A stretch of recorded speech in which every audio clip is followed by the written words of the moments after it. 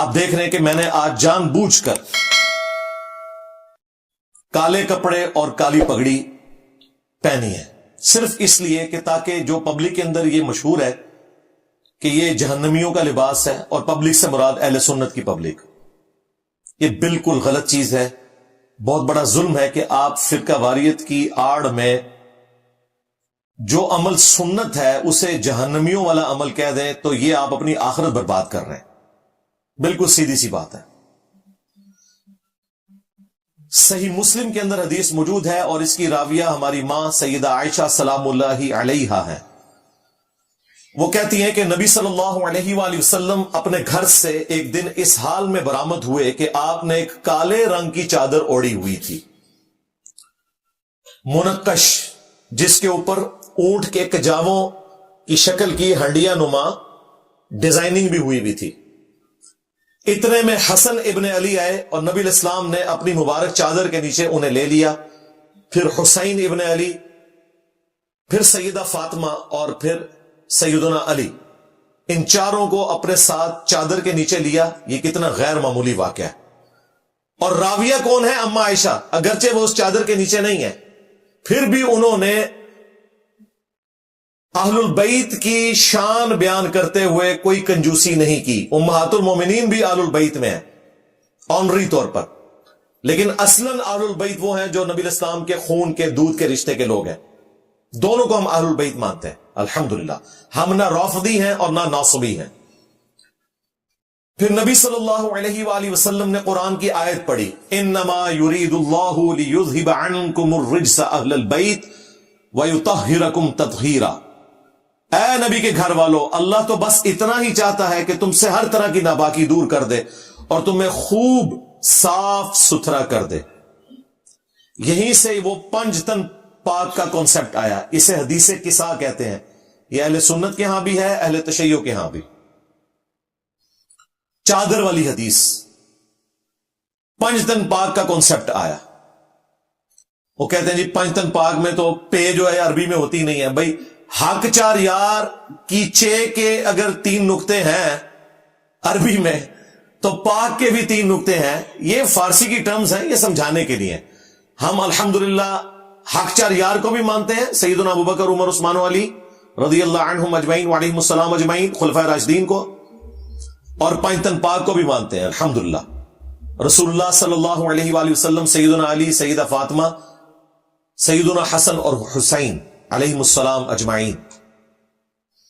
خیر یہ ایک ٹاپک الگ سے ہے، میں نے اس حدیث کو صرف اس لیے بیان کیا تاکہ آپ کو بتایا جائے کہ کالی چادر اوڑھنا یہ سنت ہے، یہ جہنمیوں کا لباس نہیں ہے۔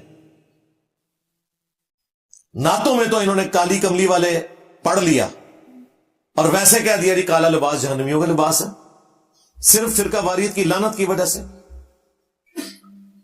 پھر صحیح مسلم میں حدیث ہے، اسماء بنت ابی بکر جو سیدہ عائشہ کی بڑی بہن تھی، فوت یہ بعد میں ہوئی، انہوں نے نبی علیہ السلام کی وفات کے کافی عرصے کے بعد ایک کرتا نکالا۔ ایٹ لیسٹ یہ 50 سال بعد کی بات ہے، کیونکہ سیدہ عائشہ بھی فوت ہو چکی ہوئی تھی۔ وہ کہتی ہیں کہ یہ نبی علیہ السلام کا کسروانی طیالسی کالا جبہ ہے، یعنی پرشین امپائر کا کالا جبہ، جس طرح سندھی اجرک ریڈ ہوتی ہے، پرشین امپائر کا جبہ کالا۔ یہ کالا جبہ نبی علیہ السلام پہنا کرتے تھے، اور ہم اس کا دھون مریضوں کو شفا کے لیے دیتے ہیں۔ تو نبی علیہ السلام کا پورا لباس کالا، یعنی آپ کا جو جبہ مبارک ہے، کرتا مبارک ہے، وہ کالا، اور اوپر چادر بھی کالی۔ یہ 2 چیزیں میں نے ثابت کر دی۔ ایک اور حدیث صحیح مسلم کے اندر ایک صحابی کہتے ہیں کہ مجھے وہ منظر آج بھی یاد ہے، گویا کہ میں رسول اللہ کو دیکھ رہا ہوں کہ آپ صلی اللہ علیہ وآلہ وسلم ممبر پہ اس حال میں آئے کہ آپ نے کالی پگڑی پہنی ہوئی تھی۔ نبی علیہ السلام جمعے کا خطبہ کالی پگڑی میں دیا کرتے تھے، جنگ کے موقع کے اوپر کالی پگڑی باندھا کرتے۔ ایک اور حدیث صحیح مسلم میں جابر بن عبداللہ کہتے ہیں نبی علیہ السلام فتح مکہ کے دن اس حال میں مکہ شریف میں داخل ہوئے کہ آپ نے احرام نہیں پہنا ہوا تھا، اور کالے رنگ کی پگڑی آپ نے سر مبارک پہ پہنی ہوئی تھی۔ تو کالے رنگ کی پگڑی، چادر، جبہ، سب کچھ ثابت ہو گیا. پھر کالے جھنڈوں کے اوپر تو یہاں لوگوں نے کتنی تنظیمیں بنا لی، جو مسند احمد میں ایک کمزور روایت ہے لیکن اس کی صحیح سند موقوفاً المستدرک للحاکم میں موجود ہے، مشکات میں بھی یہ روایت موجود ہے. ثوبان جو صحابی تھے نبی الاسلام کے آزاد کردہ غلام، ان کا قول صحیح سند کے ساتھ ہے کہ نبی صلی اللہ علیہ وآلہ وسلم نے فرمایا، وہ کہتے ہیں کہ جب تم خراسان سے کالے جھنڈے آتے ہوئے دیکھو تو ان کا استقبال کرنا، ان میں اللہ کا خلیفہ مہدی ہوگا. یعنی خلیفۃ اللہ مہدی کا جھنڈا بھی کالا ہوگا. تو جہنمیوں کے ساتھ اس کا کوئی لینا دینا نہیں ہے. یہ جعلی روایتیں ہیں، خام خواہ خود سے گھاڑ کے منسوخ کر دی گئیں، اور جو حدیثیں بخاری مسلم میں لکھی ہوئی تھی انہیں انہوں نے پس پش ڈال دیا. یہ میں نے آپ کو اس فرقہ وارانہ دیگ کا ایک چاول کا دانہ آپ کو چکھایا ہے. یعنی کالے رنگ کے اوپر کتنی بڑی ایک پالیٹکس کھڑی ہوئی ہے. ان بے شرموں کو یہ شرم نہیں آئی کہ غلاف کعبہ کالا ہے. اگر یہ جہنمیوں کا لباس تھا اور اللہ تعالیٰ کو نفرت تھی تو غلاف کعبہ کالا نہ ہوتا. اور یہ نبی الاسلام سے پہلے سے غلاف کعبہ چڑھتا ہے، بخاری مسلم میں آیا ہے، اور وہی کنٹینیو آگے ہوا ہے کالے رنگ کا ہی. اور کالے میں برکت یہ ہوتی ہے کہ میلا کم ہوتا ہے. سفید کلر یا دوسرے کلر وہ جلدی میلے ہو جاتے ہیں. وہ بھی ثابت ہے، المستدرک للحاکم میں موجود ہے.